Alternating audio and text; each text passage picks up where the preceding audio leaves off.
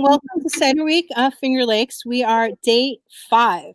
It's been 5 amazing days full of cider tours and tastings and just all around FLX cider shenanigans, if you ask me. So we're going to start this off. I'm here with Chris Negronida from Black Diamond Cider. And we're going to start off this tasting actually with a little short video that Ian has prepared for us, a little cidery tour of their little operation, not so little, but their amazing operation. So I suggest we start by just maybe if you guys are watching, pour the first cider, Solstice cider. Pour yourself a nice little glass of cider and sit back and enjoy this video, and we'll be back right after the end of the video and go through the tasting with you guys. All right, enjoy, guys. Cheers.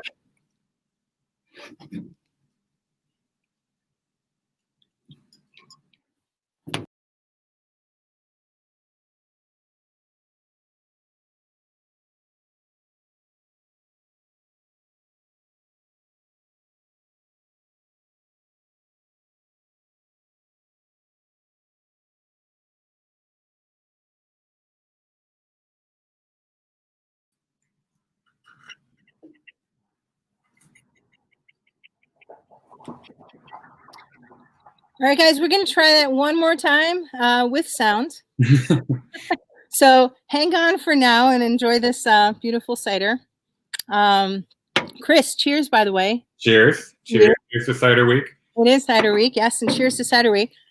Just a quick fun fact that Chris right now is sitting at Black Diamond farm and cidery, and I'm their neighbor, so I'm in my backyard, and literally behind those trees is where basically their cidery and farm is. So we're almost sitting in the same space. We are. We're very close. We're very close. I could probably shout very loudly and you might hear me. Yes. Yeah, I'm waiting for like a pulley system between us so I can just pull in the ciders when I'm low. Yeah. Something we're working on. Yes, I think we can get it figured out pretty soon. Yes. Yeah. So why don't you, while we're waiting, I guess you can just tell us a little bit about yourself and your role. You're cider maker and orchardist. Yeah. I guess let's just start by telling us a little bit about yourself, and then hopefully we'll get right into the video. Sure. Well, I guess I won't make this too long, but I grew up around apples in the southwest part of Wisconsin. So I grew up around apple orchards, a very small town in the Driftless region. And pretty much from the age of like 15, 16, I started to pick apples in the fall, and more or less have been doing that every year since. So it's been in my blood for a long time. It definitely feels like where I want to be in the fall.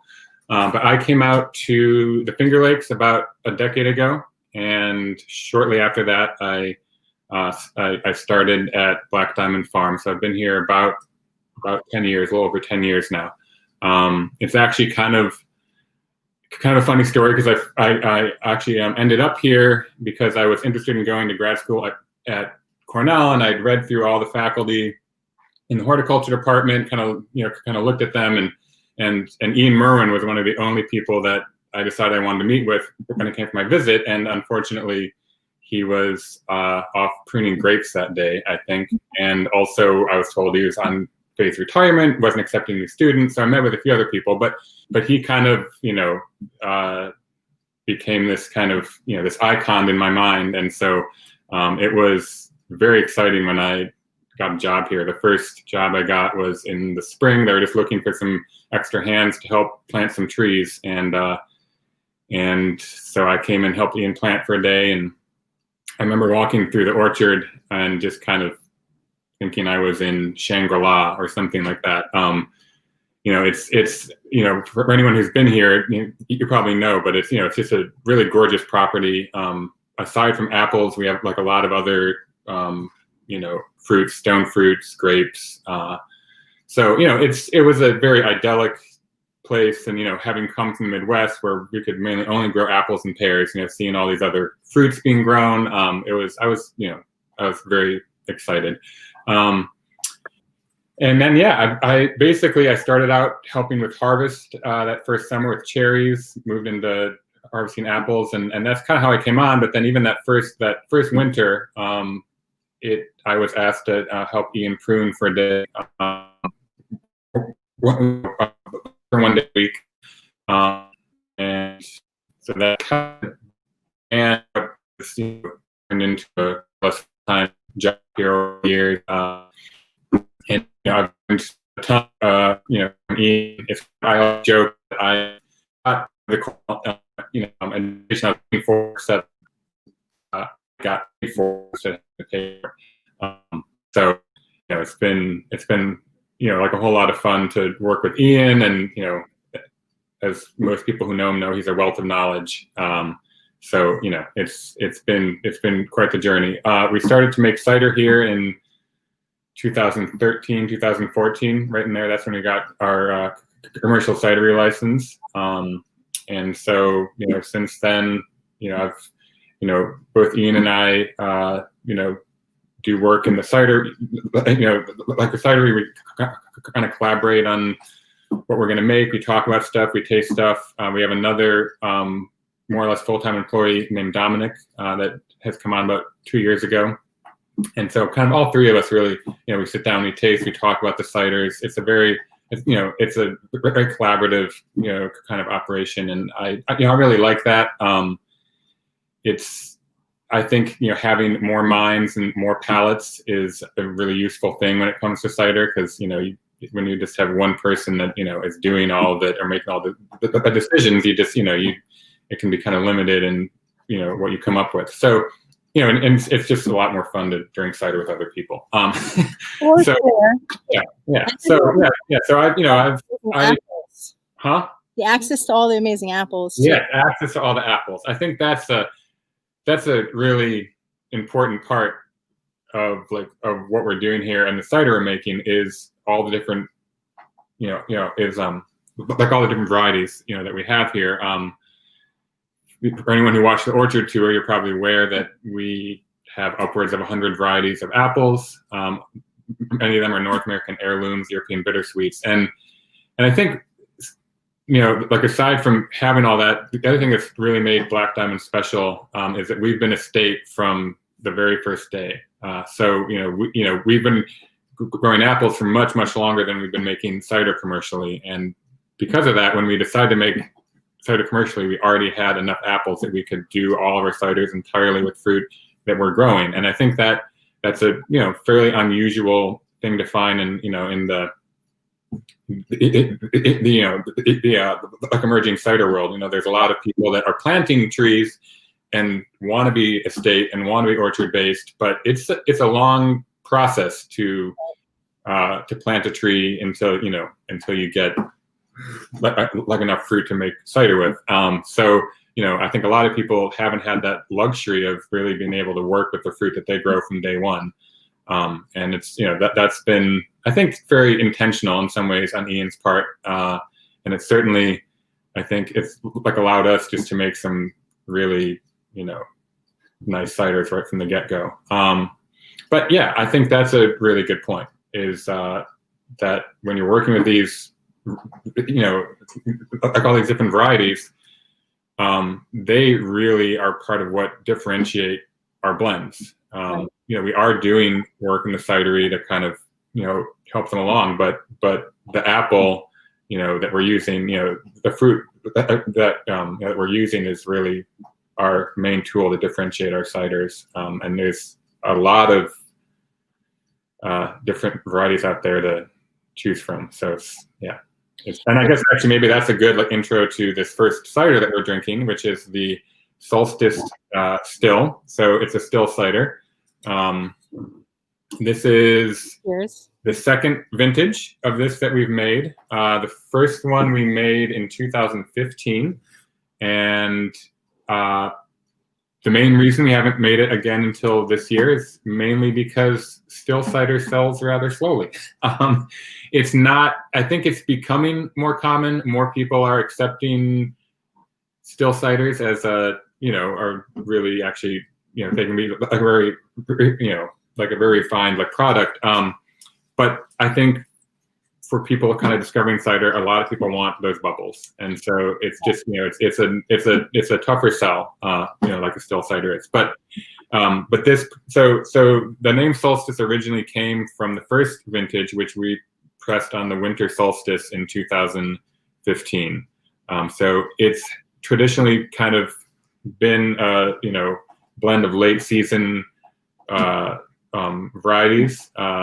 Actually, the label that's on your bottle may in fact list the varieties that were in the original vintage, but if you have your tasting sheet with you, which you should have been included, it'll tell you that what is in this 2019 is a blend of Kingston Black, Calville Blanc, and Porter's Perfection. So it's just 3 varieties, Kingston Black and Porter's Perfection, both European bitter sharps, and Calville Blanc, a French sharp. This is one of my favorite, maybe because I've been drinking cider for a while and I really do love the different styles. But for me personally, a still cider is one of my favorite styles. And I'm always curious to ask the cider maker, like, what goes in your decision process to make a cider still or sparkling? Sure. Well, I think so. I always like my thing I like to say about still ciders is I think they're both the easiest, or can be the easiest, and the hardest ciders to make. And I guess what I mean by that is the actual process of making them is more straightforward than some other styles of cider, like say like a method champenois cider or a bottle conditioned cider or even a forced carbonated cider. The process for still cider can be very simple and easy. In some ways, it's there's not, like, this particular cider was just wrapped once. It's unfiltered, but I also think they're some of the hardest ciders to make because it's all right there in front of you. There's nothing to mask. There's nothing to kind of to add anything else. So what you have, what you're working with is that's all you have. And so I think you really need a good balance. You need tannins. You need really good aromatics on a still cider. You don't have the bubbles to kind of help bring the aromatics up. So I mean, that's really what I'm looking for in something that's going to make a good still cider. Is it's got to have all those components. It almost has to be the perfect cider on its own. Yep. Without having, and unfortunately, I think, I've, had some still ciders that for me, just, if they don't have all those components, that's not that they're bad, but it just, they don't quite, I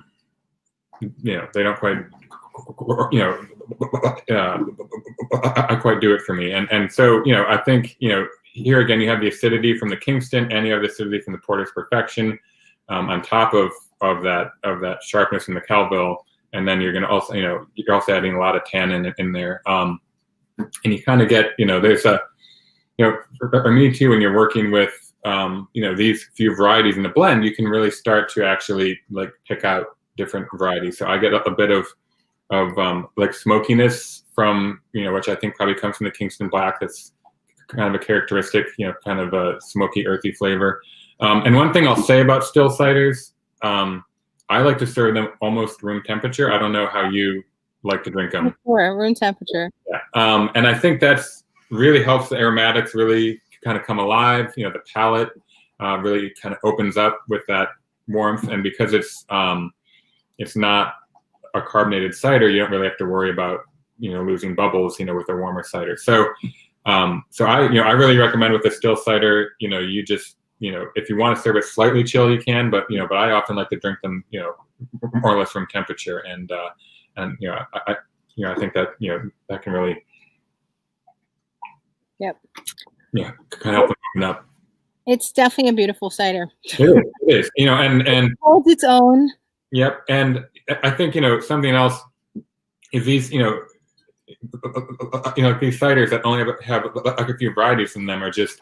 I think they're a lot of fun too, because you can really start to actually like understand what certain varieties are bringing, to a cider, when you have, only a few in a blend. And, and we've, kind of over the years, I've done a fair amount of like a single varietal fermentations, very small batch, like 5 gallons, mostly from fruit, they found on the ground, like from drops of black diamond here actually. And I really do that to just try and like kind of understand, the character of different varieties.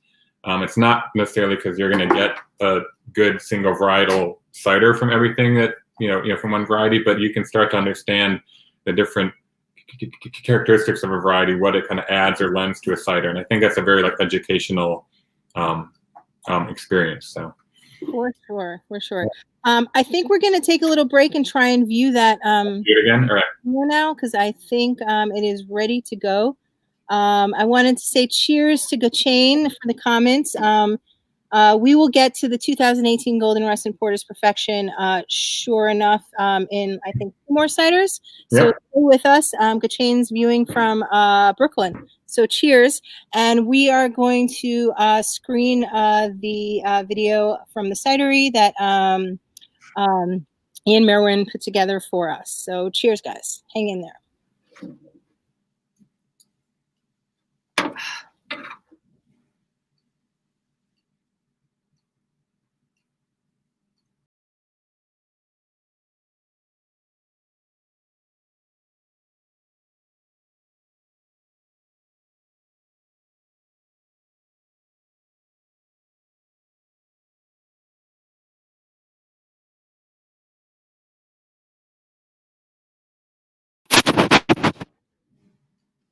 Hey guys, hello, I'm back. We're back. Yes. Well, I don't know why we're having some difficulties with the sound. So I think what we're going to do, we're just going to go ahead with the tasting. Sounds and good. we'll screen the cidery tour separate. Perfect. Don't miss the cidery tour. And it's really great to watch Ian walk through the production. And also, if you have missed the orchard tour, definitely go back. It's on our YouTube channel, and it's really beautiful to get an in-depth walk through the orchards with Ian and watch him talk about his babies with so much love, all his apples. Many favorite apples, by the way. Apples. Yes. Gorgeous. Yeah.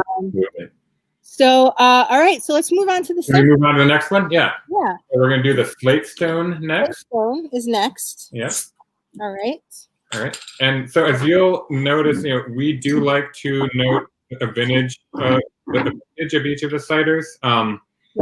And I think that's, that really, like for us, is part of like tying it back to the agricultural kind of, bedrock of where all these ciders come from. It's all very, what we're tasting is all a product of, of like the soils, but also, the climate, the weather we had, each year. And so I think, for us, like kind of noting those vintages and tracking them really does, it says something about the ciders for us. So this is a 2019 Slate Stone. Slate Stone happened to be actually one of the first, I think it was the first blend that we labeled. So it's kind of our, I don't know, it's our terroir blend is what Ian often calls it. Or it can be our house blend. I think it's just very much in the style of the Finger Lakes, and it's very much a representation of what we like to make here, which is a high acid, dry, very lively, tannic cider. I love that you said that in the style of the Finger Lakes, because definitely the Finger Lakes has a style. And if you haven't had ciders from the Finger Lakes, I think you described it really well.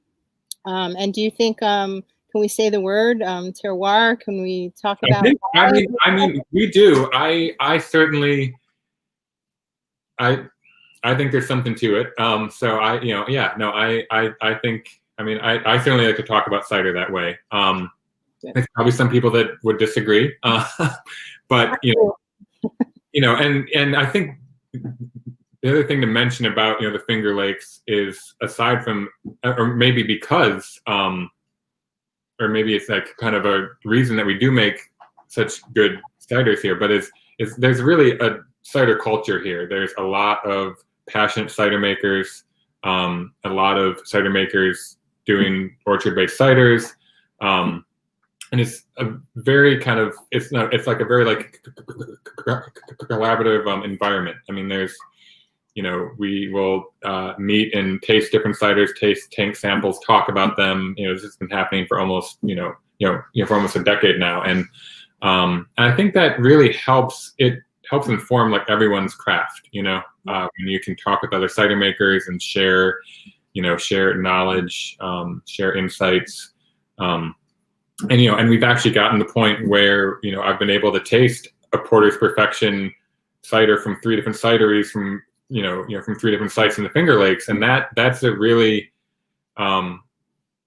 it's a really special experience. And I do think it's experiences like that have led me to believe there is there is terroir when it comes to cider. Because, it's not just, the cider making process that, is, like it's differentiating, but it's, how they're grown, where they're grown. Yeah. Right. But yeah, I mean, if you had to choose like, I'm not going to say one apple, maybe a couple of apples that are Finger Lakes like represent. I'm asking it, and this is probably going to be something for debate for many. Oh, sure, absolutely. No, I'm just curious. Yeah, well, actually, I think I think that would be like it will also be a good like intro to the next cider. But Golden Russet and Porter's Perfection are 2 that I know a lot of cider makers in the Finger Lakes are growing and are using, and they like a lot. Dabinette might be another one. And then, Northern Spy is a very New York apple. It originated here. It's been grown here a long time as a processing variety. And I think people are discovering it also has, some, like some real value, for cider. So, I mean, those would, just in terms of what I'm seeing here being made, those are all ones that I think are utilized a lot. Yep. But here at Black Diamond, I think those would also be like included in some of our favorites. Ashmead's Kernel is another one that we really like a lot. Roxbury Russet. Yep. So yeah, I mean, I feel like mainly the only thing to say about the slate stone, like I said, it's kind of our Finger Lakes cider, basically. Very straightforward. We're not we're just looking to kind of capture that acidity, a brightness of acidity, the depth and the lingering like tannins. But it's this is one of my favorite ones to to pair with a meal too. It's making me crave Mexican food. Yeah. I want tacos right now. These beautiful notes of like lime, some grapefruit. Yep. Really beautiful acidity, and at the end those tannins, like it's beautiful. It makes me hungry. Yep. No, I think that's kind of for me that's part of the beauty of like acidity in ciders is for me it's always very mouth-watering. It kind of makes you want to have the next sip. So I will have to admit my palate is probably at this point like skewed in that direction. Right. I really that's what I look for in ciders, and when I'm trying other ones is I like that bright acidity and unfortunately it's kind of it's kind of ruined me for ciders that aren't high acid, but for sure. And for me it's like the tannins, the use of tannins. For me, I'm a big avid tea drinker. Yeah. And Negroni is my drink, and like Amaros, and like I go for all the big tannic ciders, big tannic red wines. Yeah. Like I definitely have a palate for that bitter and the tannic sensation. Yeah. I guess it's because I like to eat a lot too, because that also goes hand in hand. Yes, absolutely. Hand in hand. I mean, I think tannins are very, very food friendly. Yeah. No. Yeah, absolutely. Should we go on to the next one? So the next one, Golden Russet and Porter's Perfection. So yeah. So this one. is the 2018. So this is the second year that we've made this particular cider or this blend. And I guess actually that would, so one more thing to kind of just say to kind of work into this cider. So I think that Ian actually in that video talks a little about like blending, you know, like a blending that happens after, you know, kind of after the fermentation. And you know, so our ciders, like some are co-fermented like ahead of time, meaning kind of the whole blend is made at at pressing when we're pressing the fruit, and we're kind of we're choosing the varieties that are going in each tank then. And it's not necessarily that we don't won't like add something or blend it out sometimes, but we are trying to make a balanced cider, tannins and acidity and everything, from the get-go when we're doing the pressing. And then most of our varietals, some are done as co-ferments, and some are done as single barrels that are then that are blended afterwards. So the Porter's Perfection and Golden Russet 2018, this particular one was a co-ferment. So the Golden Russet and the Porter's Perfection were they were blended at the time of pressing, and all co-fermented in one tank. The previous blend and kind of the original one that we did, we at the end of the season had some extra Porter's Perfection. We had some extra Golden Russet. We pressed some out each into their own barrel, and then we did some blending. So that 17 vintage that we did was were from two single barrels. This 18 is a co-ferment, but it's about a 50-50 blend of the two varieties. And this also I think might be mentioned in the cider tour video, but this did just win the best in show this last year at the, I guess it's now called the Great American Cider Competition, Raise a Glass Foundation. It's held in Rochester. So we're very excited about that. It's definitely one of my favorite ciders. Like I said, these are two varieties that we love here. We've been growing them for a long time. Golden Russet, we actually sell a lot as fresh fruit as well. It's a great fresh eating apple. It has a real nice kind of honeycomb sweet flavor, and even once it's fermented out dry, it really kind of maintains some of that kind of like honey sweetness. And it's got some nice acidity as well that comes with it. It's a fairly late harvested variety. Usually we pick it in the third or fourth week of October. It's a beautiful tree too. I think that's one thing to mention too about growing your own cider fruit when you're is that you're really both looking at a variety from the standpoint of, well, what is it doing for cider? What does it add? Is it a good cider apple? But you're also looking for, like, is this an easy apple to grow, or is it hard, or so that's always kind of a balance that you have to make. There's probably some pretty good cider apples out there that are just super biennial, or just shy bearers, or they have a lot of disease pressure, so but Golden Russet and Porter's Perfection have been two that, like, they're really fun to grow. They're pretty grower friendly, and they also just make really good cider. So they're probably two of the more like dominant varieties in our orchard. Certainly Porter's Perfection, we probably have more of that than any other single variety in our orchards. The Porter's Perfection is in English bitter sharp, so high tannin, high acid. It's also fairly late ripening, like around the same time as Golden Russet.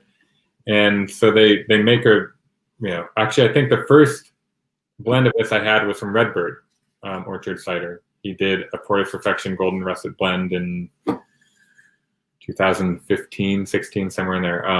And we've kind of experimented with these two varieties a lot, and this is just, I think, for us, really, it's like a winning combination. So yeah, it is definitely, they're best friends. And they are. They like each other a lot. They work really well together. Yeah, and I'm always struck by the amount of tannin that Porter's Perfection brings to a cider. Yep. It's a pretty amazing apple. And I see it says barrel reserve on the label. Yep. Is that, to a barrel afterwards? It's not so barrel reserve is I guess more a term we used to denote the fact that it was a very small batch of cider. We actually so pretty much all of our production except for our Pommeau is done in stainless. A few of our ciders we do age with French oak chips, but the only aging we actually do in barrels is our Pommeau, which is aged both a distillate and then also the Pommeau is aged in French oak. So yeah, that's I think that's a good point to make.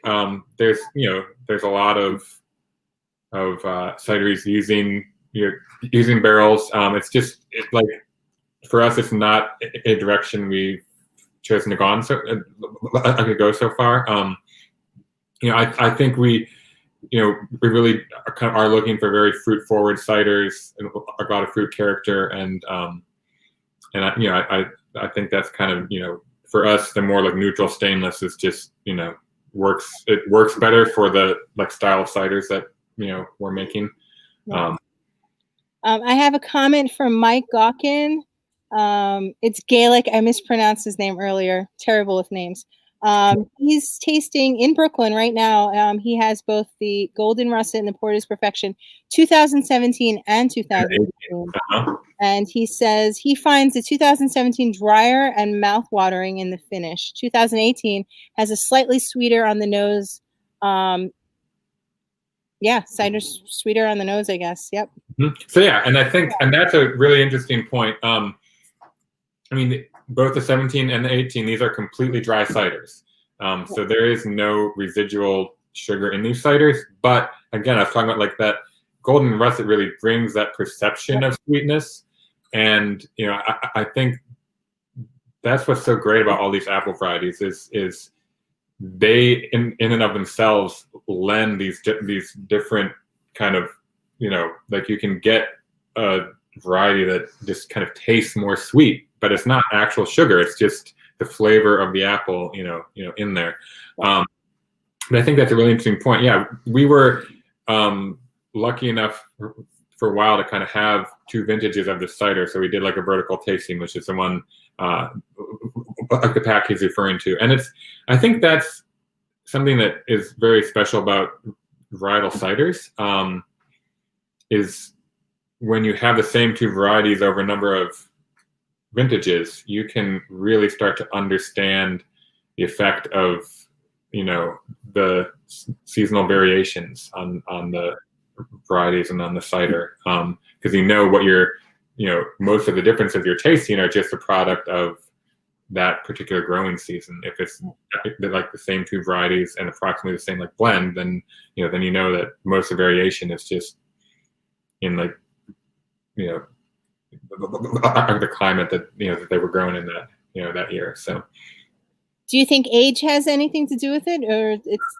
TBD? That's what we're discovering basically. Well, yeah, no, it is absolutely I think still being discovered. Actually, I was just talking with Eric Schatt from Redbird Cider the other day, and they're experimenting with some really long aging of some of their champagne method ciders, to really try and see like how long can they age these ciders on the lees or or off the lees, and kind of see what happens. And I think that's a really open-ended.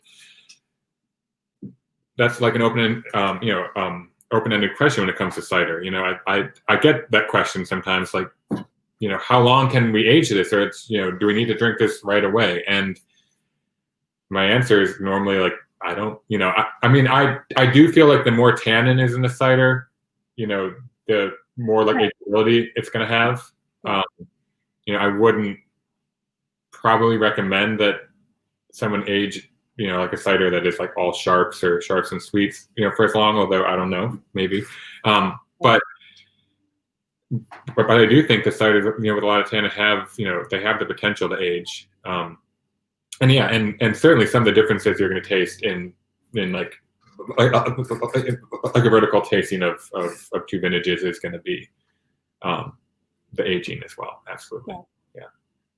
It's awesome. It's very cool. And yeah, I just, it's cider is still such a young frontier that I'm very excited about, experimenting with these varieties and being able to taste multiple vintages over time, so.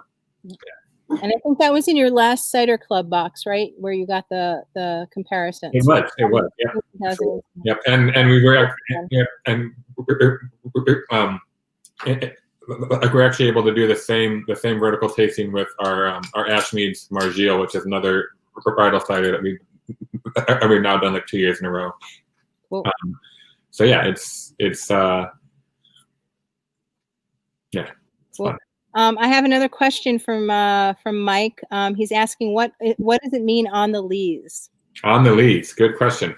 So the lees are the the leftover yeast from either a primary or a secondary fermentation. So it's once a fermentation is over, then and the lees kind of will drop to the bottom of the tank or the bottom of the bottle, depending on what you're talking about, like a primary or secondary fermentation. And so once they're left on the lees, lees they can do good things or bad things, kind of depending on on the cider. But we tend to we normally rack off our ciders off the primary lees fairly soon, unless it was a particularly good fermentation, or but then we have some bottle conditioned ciders that are left on the lees from the secondary, and I think that also really contributes to how ciders age. When you have those lees in there in the bottle over time, they can do good things and bad things, but they certainly will continue to change that cider over time. I think that bottle conditioned ciders left on the lees are they have a lot more possibility for kind of change over time. Yeah. Right. Yeah. All right. Thoughts about this? Should we go on to the last one, or? Yeah, the Hickster.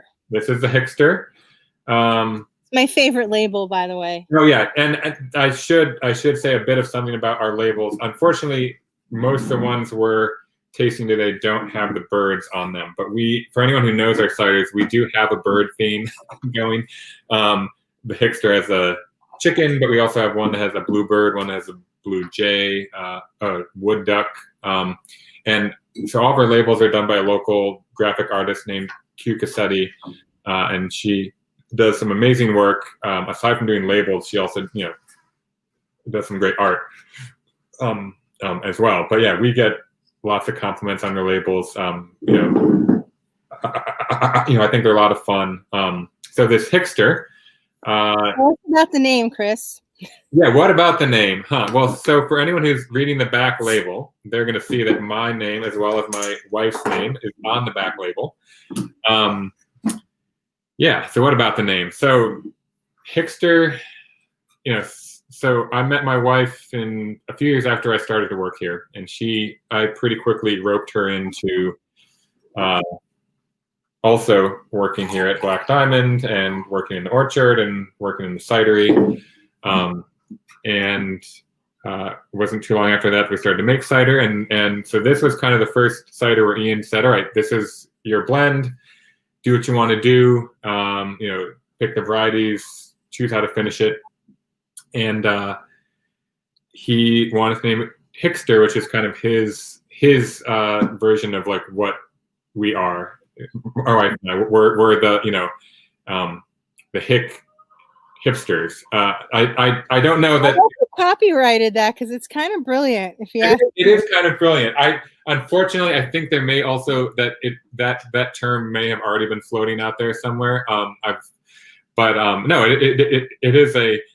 I'm not sure if I 100% identify as either of those, but I'll take it. I think it's a nice combination. And certainly we are of that generation, and we are, people that have embraced the country life. So yeah, that's kind of where the name comes from. And I guess a little bit about this cider. My vision for this cider. This is a 2017, so the oldest vintage of anything we're tasting today. And I guess this was first made in 14, so we've made it. I think we made like every year through 18 so far now. Kind of my vision for this cider was very drinkable, approachable cider. It does have a little bit of residual sugar or return sugar that is in this cider. I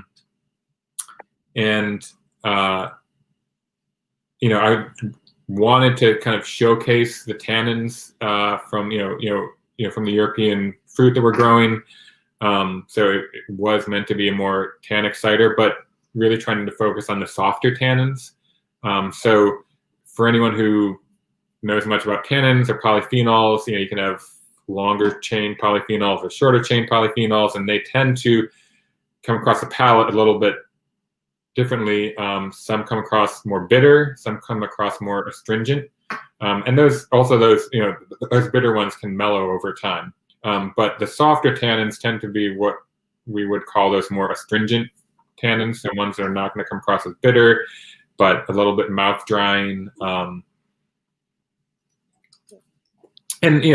as you get to know different European cider varieties, you kind of get to know, are they a softer tannin or a harsher tannin? So my goal here was to kind of feature the European bittersweets, but trying to focus more on the softer tannin varieties that have that kind of like profile with some nice like balancing acidity, and then just enough return sugar to kind of bring more fruit forward, and again just increase that like drinkability of it. Where it's really, and this has really become kind of a nice.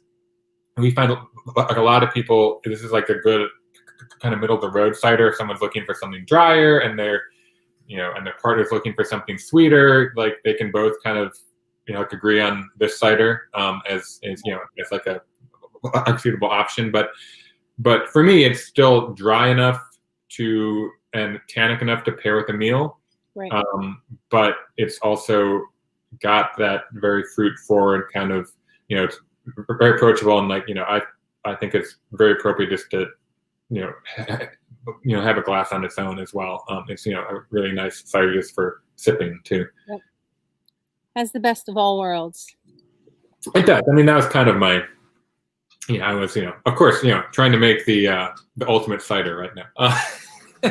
Oh, you're pretty close. You're pretty close. I think definitely someone who likes, exactly as you said, something dry and sweet and structured. This is definitely it'll hit. I think that's something worth like mentioning about cider too. For people coming from the wine world, I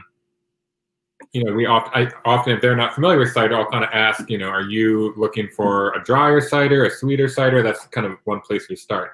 And often people will say, "Oh, I like dry wines," right. And then we start them off with like our driest cider, and it's a bit shocking. Yeah, and I think that's partly because apples have a lot more acidity than some grapes, and they have a lot of malic acid, and so that tends to add to the perception of dryness, all that like acidity, and especially again ciders in the Finger Lake style with that kind of really kind of showcasing the acidity. Those kind of are almost too dry for some people who think they like dry. So often, if someone says they like a dry cider, I'll almost start them, with this, kind of here and say, well, is this what you're looking for? Or do we need to go drier? But it's not totally comparable, but between the two, often between wine and cider, there's just a very different like flavor profile. Right. That's happening. So Right. And I think with the wine industry also, like, it's not so straightforward what a dry wine is. A lot of people think they like dry wines, but there's actually a lot of RS in it. Yep. They don't, the wine industry, unless you're a buyer and you're getting like the tech sheets, you don't really know how much RS is in anything. Exactly. Some wines that we think, oh, I like dry wines, not so dry. No. And I think that Ian also, he doesn't mention it in his tour. Yes. But most of our ciders do have a dryness scale in the back. And I know, we've talked about that some, and I think that's really important for helping the consumer to understand, what's in the bottle. And the really, I think, kind of like interesting thing about a New York dryness scale, which is the one we're using, is it's trying to take into account both tannins and the acidity in factoring in how dry something is. And I think it's a really useful tool. I personally think that, kind of anything we can do to help the consumer navigate this like emerging cider world is a good thing. For sure. Yeah. I now want, because we started doing that. Obviously, it's in the tradition of the Riesling. Some wine who use it, but I want the dryness scale on every wine. No, yeah, absolutely. Dryness scale on every beverage. I think we'd be healthier if we saw how much sugar absolutely we like. Yeah. I mean, I don't think I'm gonna offend anyone watching this when I say that I'm kind of taken aback when I've seen woodchuck ciders that are quote bone dry or stone dry, and they actually have more sugar in them than even our sweetest cider. So it's I think it is really helps to kind of have something that's more that has been standardized, so that the consumer can really have a side-by-side comparison of what's what. Yeah. I mean, some coffee drinks. Tell me how much RS is in there. I know, right? So Gawkin is asking, yes, RS is residual sugar, but just straight up, not even residual sugar. How much sugar is in that coffee drink? Right, exactly. Well, it should also, I think I should point out, I always like the term RS because it could mean return sugar or residual sugar. In the case of our ciders, it's actually a return sugar. It's not a residual. And that is not true across the board, but most ciders that I'm aware of that have some sugar in them are return sugar, not residual. And the main reason for that is that you're starting with less alcohol potential in apples than you are in most wine grapes. So often cider makers want to get the full alcohol potential out of their fresh fruit without having to add extra sugar for the fermentation. And so they tend to ferment dry to maximize the amount of alcohol they're going to get from their sugar or from the fruit. And so then often if you want some sweetness in that cider, you're going to add that sugar back, and that can be done in the form of a concentrate. It can, through something that's that's cryo extracted through freezing. It can be done in the form of cane sugar. It can be done in the form of honey. I mean, folks do it different ways, but in in the case of our ciders, we are returning that sugar. We're adding it back in. We only really have 3 or 4 ciders that have any amount of sugar in them at all, so most of our ciders are dry. But we are, that's something that's added back in our case. So, yeah. Awesome. Good question. This was delicious. Yes, I think it's a nice way to, finish out For sure. So I think we're going to try and wait. One more question I have for you, because if you do watch Ian's orchard tour, you know what he likes in cider apples. What is your favorite cider apple? What is my favorite question? Hard to do. That's a one. So I'm not asking about one, but what are your favorite cider apples? What are my favorite cider apples? Boy, I'm gonna. I love Ashmead's Kernel. I think I threw that one out there earlier. Yep. I like Redfield a lot, actually. It's a red fleshed kind of a crab, but it's got some great tannins, fantastic acidity. I mean, I do love Porter's Perfection, I'll be honest. I know I'm like, jumping on the train here, that's, or the bandwagon, but I do love that variety. Boy, any other top ones for me? It's so much, it depends on a season.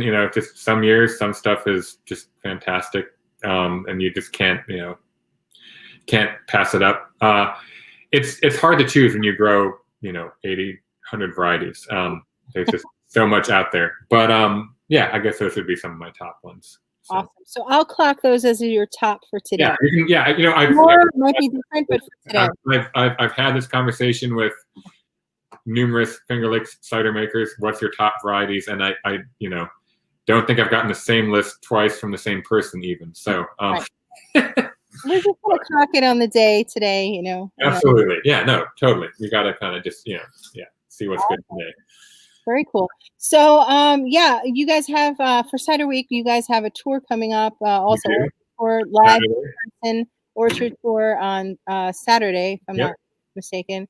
So if you guys want to tour the orchard in person and do a tasting at the farm, you have to email, I think, or reservation system. You can just go to our website. Yep, you can register on the website. We're just mainly doing that to kind of keep the crowds minimal, social distancing.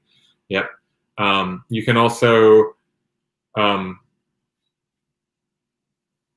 what was I gonna say? Oh, yeah. And then, just some other ways, if you want to get our cider, we do ship online. We have a cider club as well. And then we do also tastings by appointment. So if you aren't here during Cider Week, but you're in the Finger Lakes a different time, right here in the Cider Shack where I'm currently sitting, we can do tastings by appointment as well. So. Okay, awesome. Well, I want to thank you, Chris, for the tasting. It was super fun. Thank you, Rachel, for joining me. It was fun. It's always fun to help out a neighbor. Yes, I know. Right, exactly. Delicious ciders. We're going to try and end this, actually. We tried to start it with the video. Okay, we're going to try and end it with the video. We're going to try one more time, and if it doesn't work, it'll be on our YouTube channel just independently. So really want to just thank you, Chris, for the tasting. And we have a lot of things coming up still. There's a whole bunch of days left of Cider Week at Finger Lakes. So check out our events calendar at ciderweekflx.com. And I hope to see you guys in person or virtually soon. Right. And cheers, guys. Cheers.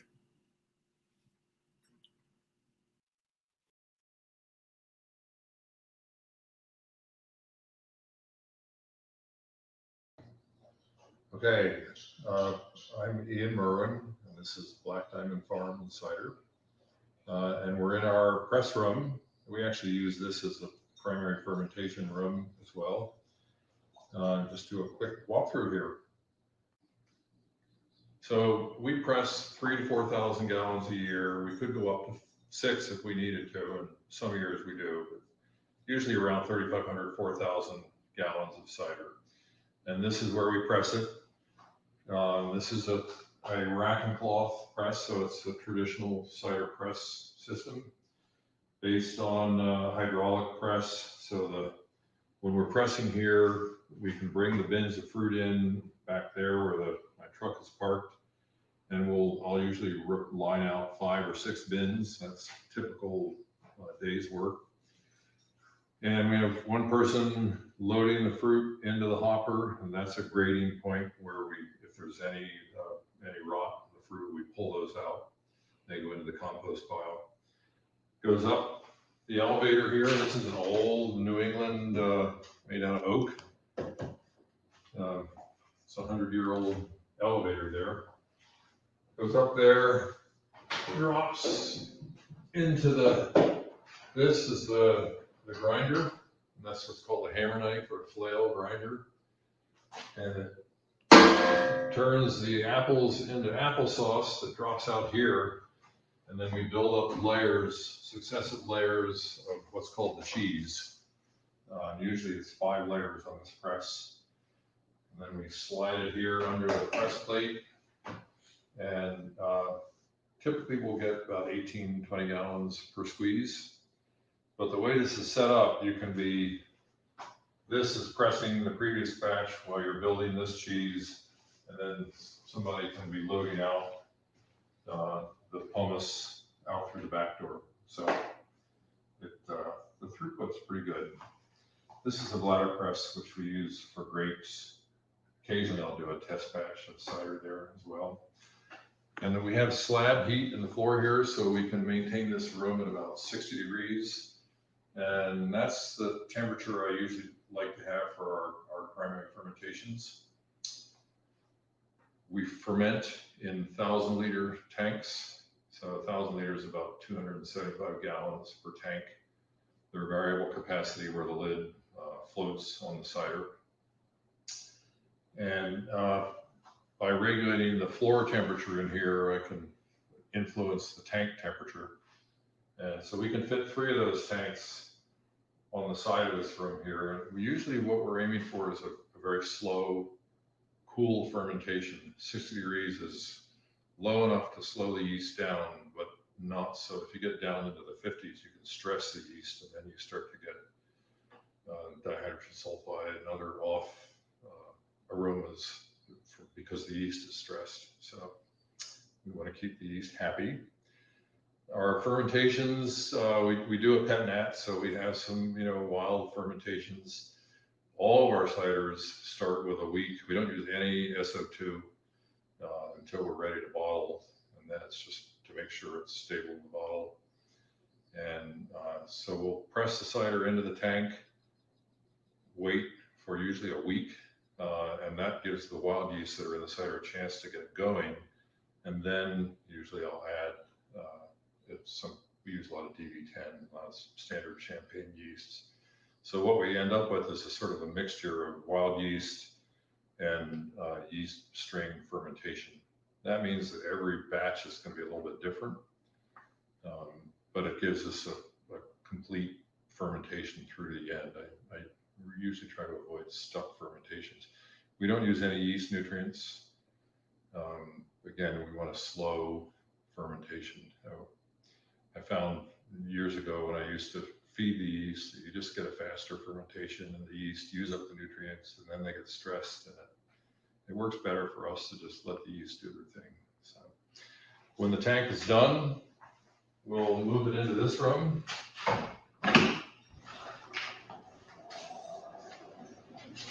It's a little noisy in here from the refrigeration unit, but so this cider is aging. We have 5 of those tanks, and we got some smaller ones that we do test batches in, and then we have 2 bright tanks. One of them we mostly use for storage. You can see if you look at the dates here, we usually age our ciders for at least 5-6 months. Sometimes we'll age them in here for a year. So this was pressed on Halloween last year, so 11 months. This one's empty, this one's empty. This is our Solstice blend that was pressed December 10th last year. This is a 100% Porter's Perfection that we're going to blend off with another tank. And this is a 100% Harry Masters Jersey that'll get blended as well. That'll be our Somerset Jersey blend. This tank is empty. We've got a Perry back there. We haven't sold a Perry yet, but a lot of our ciders have some pears in the blend. A lot of our blends do. And so this is the aging room for the ciders. And most of our ciders, like a tank like this, there's a dozen different apples in that tank. So we're pressing those mixed sharp bins that we looked at before. And often we might make cider that's a third this tank, and a third that tank, and a third that tank. So they're really the art in cider making is the blending. Up to that point, it's kind of biology and apple growing and sanitation. And when you get to the point where you're making a blend, usually Chris and Dominic and I are all involved in that. At that time of year, we'll be tasting 1 or 2 days a week in the afternoon, usually the end of the day. These tanks have what's called a tasting valve on them, where you can crack it and fill your glass, so you can continuously sample what's happening in the tank. And that's how our ciders are made. Okay, so I mentioned that when you make cider, no apples go to waste. And this bin here, these are bins, they hold about 800, 900 pounds of fruit. You can see this has got about 7 or 8 different varieties in it. Some are dessert apples, some are cider apples. And this is what we call a mixed shark bin. We sell bins of this to people, and we also use it in our blend ciders. And unfortunately, you can't smell anything by video, but if you could smell what this one smells like right now, it's really full of the aromatics from ripe apples. It's really wonderful.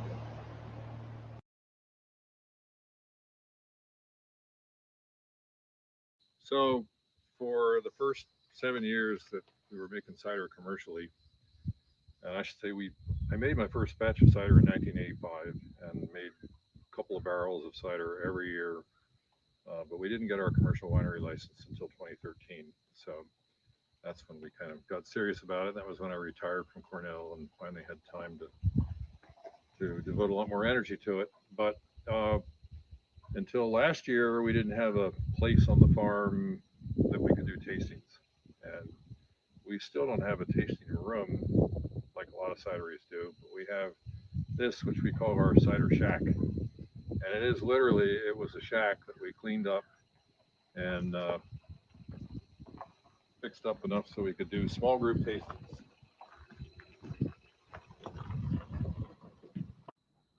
So, welcome to our Cider Shack. We can accommodate groups of, well, in the pre-pandemic era, we could have up to 12 people in here. Now we can only go up to 12 outside. But it's cozy and it's not fancy, but it works. We've had a lot of really, really great tastings in here. These are the ciders that we make. And this is our little bragging rights thing. We only enter 2 competitions. We do the New York State Governor's Cup, what they call the Great American Cider Competition. And we do Blendcat every year, which is the biggest cider competition. That's an international competition.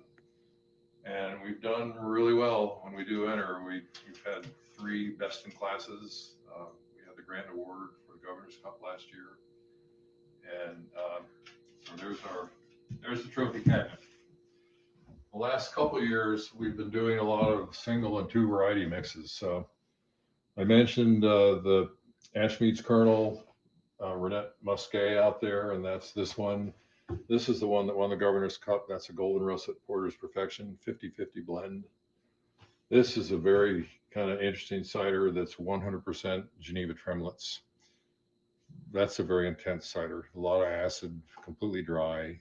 And I should say our ciders are all either semi-dry or dry. We don't really make a lot of sweet stuff. This would be one of our sweetest. This is the Hickster Blend. That's about 1.2% residual sugar, so pretty low. This thing that we have on all of our cider bottles, this is the New York Dryness Scale, which is it's very similar to the Riesling Dryness Scale that you'll see on a lot of bottles of Riesling now. It pretty much just goes from dry to sweet, and it's based on the actual chemical ratio of sugar to acid in the cider. So this one is at the high end of the semi-dry range. And I find it's really helpful in selling cider because unless people know your ciders by name, they really have no idea, looking at the bottle, whether it's going to be dry or sweet or what it's going to taste like. And this really gives them a preview of what's in the bottle and enables them to buy what they want to drink. Okay, so if you want to come out and do a tasting, it's by appointment only. We do groups of 2 to 8, and give us a call and come on out. And either Chris or I will taste through our ciders.